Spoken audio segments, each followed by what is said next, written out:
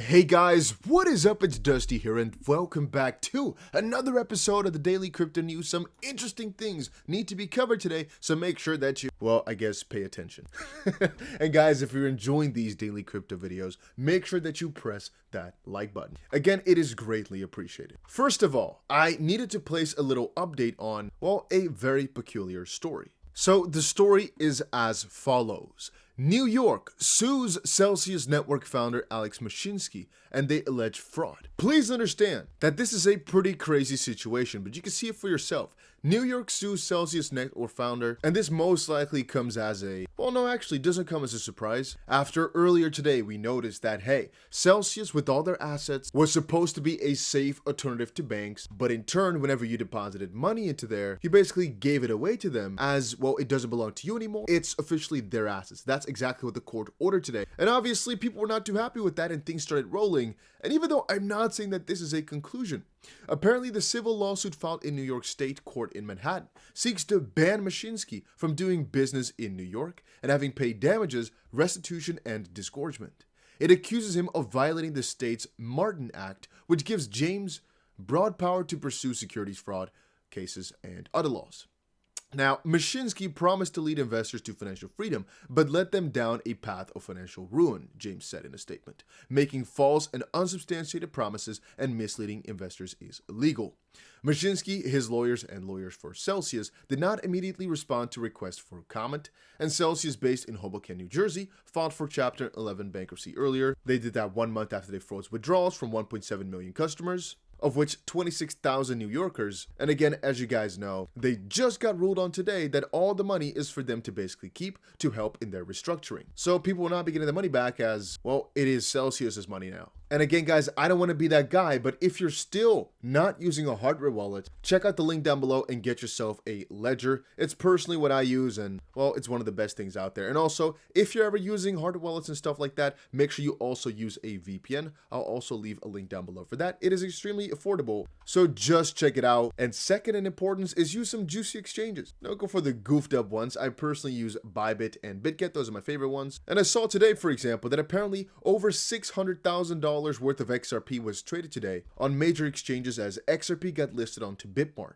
I don't use Bitmart, it's the truth. So I'm not gonna sit here and tell you, hey guys, look how amazing this is, go check it out. Nah, I'm telling you guys exactly what I am using myself and what I trust with my money. Will I always be right? No, I'm human. But I just never liked Bitmart's attitude. And until they change up and give me some more inside information, which the other exchanges are usually happy to do, like Binance, Bybit, and all those, I'm not really willing, but that might soon change. Again, guys, if they ever convince me, I'll also let you guys know, which I usually do, in the same sense that Cuban, for example, I'm not against, but I took my money off, and so I took the link away, and I told you guys to also get off there, because they were being a little bit vague a couple months ago. Now, in the wake of all these companies falling down, in the wake of FTX, they showed some resiliency, they look to be pretty good, and eventually I might start working with them again, I might put my money back on, but for right now, I have nothing with KuCoin, and when I do, I'll tell you. Then again, it's pretty good for XRP though, to get a little bit of volume like that. It's not a lot of money necessarily. It's just pretty good that they're still getting new exchange listings, I guess, as all these exchanges were taking them off. So for them to get on top of something, that's a pretty big deal. I'm also seeing an article now which says XRP buyback not possible, says ex-Ripple executive.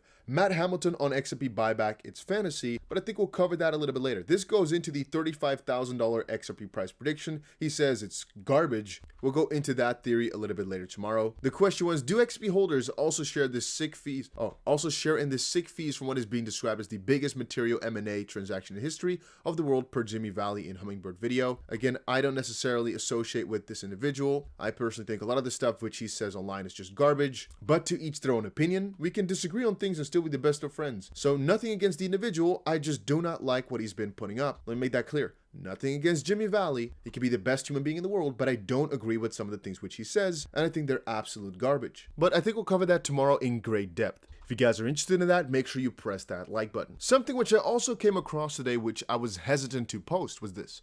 Binance critic says CZ continuously manipulates the price of BNB. Verified Twitter user, what does that mean? Claims using BNB price as an indicator of solvency is erroneous. Mike Alred added that BNB price only represents what Binance CEO wants. Now, Mike Alfred argued that crypto enthusiasts using BNB as a primary indicator of health and solvency are greatly mistaken. I don't know anybody who does that. All right, if you're linking BNB's price to Binance's health, I'm not sure exactly what's wrong right there.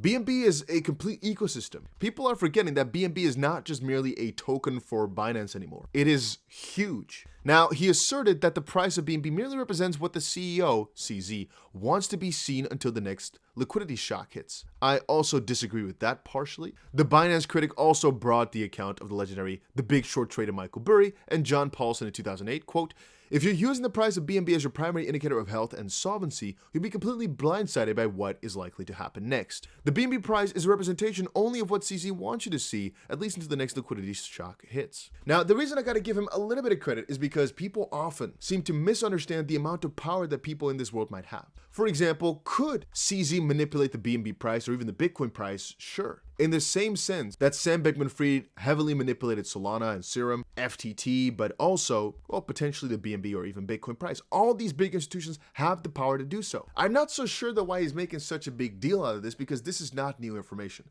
The fact that Binance is able to manipulate the BNB price if they wanted to is very logical, in the same sense that Apple could manipulate the Bitcoin price. Duh. Any entity with more value than the entirety of the crypto market cap, or specifically of that altcoin, has the power to manipulate it. It's logic. Is it being done? Well, I'd say partially. I personally think that Binance logically would want to buy a lot of BNB to make sure the price has a little bit of a floor and just kind of keeps bouncing off, in the same sense that I think every exchange is doing that for their own token. FTX was a little bit of a strange one, but generally speaking, that's what the exchanges are likely to do. In the same sense that a lot of projects are likely to buy their own token back. They might say, oh no, it's for you because we're burning, yada yada. Yeah, no, it's mostly for them, so they keep the value. And if they're not doing it directly, it's through market makers. So yeah, they are keeping the price at a certain level, or at least trying to. So is that surprising to me? Not really. Again, guys, if you're enjoying these daily crypto videos, make sure you press that like button though, as that greatly helps out these videos and helps them perform a little bit better. Mark Cuban warns of potential new crypto scandal and fraud. Well, since we're in the business of, or I'd say in the mood right now of talking about all these different things, let's cover Mark Cuban as well. In reality, all this article says though is that you should be worried for more things to come. That's the first two parts of all this. There was a lot of bad things which happened due to, okay, not proper regulations, yada yada yada. So be wary of things like this to continue on because things are not completely clear just quite yet.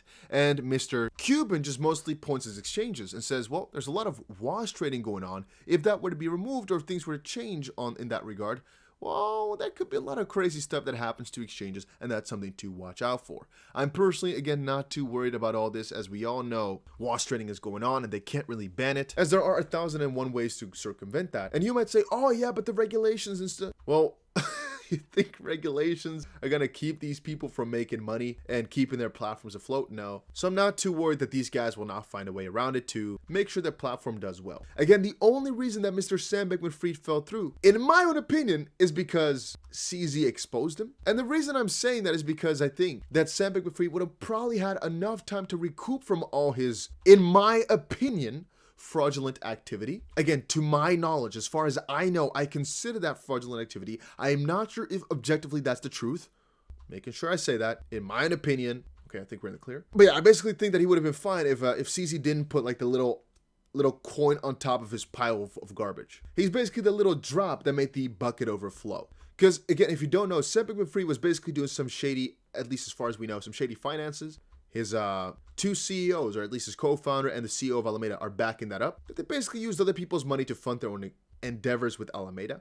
Then again, if the bull market returned, Alameda would have been fine. And if people didn't take off their money out of FTX massively, they didn't have to stop the withdrawals. The FTT price wouldn't crash. It was mostly just because Binance's extra push to say, hey, what you're doing is not, in Dutch, zuivere koek. In English, just, it's not pure good business. I personally think that's what indeed made the cookie crumble. Albeit that they were not doing good stuff from the get-go anyway. So it's not bad that it happened, but I do think that it was partially there to blame. And the same thing will continue on like that for a long time, where all these guys are doing shady shit in the background, but it won't really be found out until some insider comes forward. And even then the question is going to be, do we believe it? It's the same in major politics this way, where there's a lot of bad stuff going on. There is. It's the truth. But it only takes one guy to really expose it from the inside. But then the moment that they do expose it, people don't believe it. Or they try to spin the narrative in a way that it's not believable. On a complete side note, here I am back again, talking about chubbies. Just wanted to say that I've successfully bought a pretty good chunk I've covered this like a week ago or so. And again, if you guys don't understand, it's basically a new concept. These are the guys from Crypterium, which I invested into the ICO years ago. And basically, it's a new concept. It's in the middle between an NFT and a token. It's like a little mixture. As by minting this, you're basically getting yourself an NFT and getting yourself 1,000 CHO, which right now has the value of $910. Point being, right now we just got ourselves a pretty good deal getting into this. And I've said before, I have a VC. I buy a lot of freaking different new cryptos that are coming up, and I think it's the most profitable way to make a lot of money in the crypto space. So just check the link down below, and let me reiterate this quite clearly. If you use the link down below, you're helping me out a ton. I'm trying to get as much of this coin or be involved as much as possible with these guys, as my friend is also connected with the CEO. So by you guys using my link down below, it might help me out a ton. Then again, just check it out for yourself. That's all I'm saying. There's a ton of prices you can get, but I don't care about those. I don't care about the fact that you can get prices for buying them. You can see 1 out of every 10 actually has a prize money inside there as well. I'm not buying them for that reason. I'm mostly buying them for the idea that these things could just pop off. And it's something to be, that's in my opinion, worth it to be involved with. So all I'm going to say for right now is just check it out. A link is down below. Again, usually what I do, guys, is whatever project I talk about here that you guys are like, what is that? I've spent $100,000 on, because in my calculations, basically, I can fail a couple of times, because usually, let's say every 1 out of every 7, we succeed, and that succession is a 100x opportunity. Last bull run, we had many of these 400x opportunities that looked garbage at the start, and the same way that Shiba Inu looked garbage at the start, it is sometimes worth it to just try new things. Even though I'm not a financial advisor, the best tip I would give you is if you want to make the biggest returns, you have to be willing to risk a lot as well. Albeit it's not that safe, it's a lot of risk, literally. That's also where the volatility, which is then risk, right? But where the profit then lies as well. Risk to reward is pretty juicy for this stuff, which is why I'm always buying like a madman. But yeah, I'll leave a link down below. Check it out for yourself. I always like to put $100,000 into all these different things. People have different circumstances though, but just check it out and use the link down below if you're going to buy something, which is greatly appreciated. And also guys, if you don't forget, don't forget to also check out the links down below for all the other stuff. Like for example, the VPN, which is the most recommended out of everything. Just use that link down below for potentially a good deal or just supporting me. And that's it for right now. Thank you guys all for watching. See you later.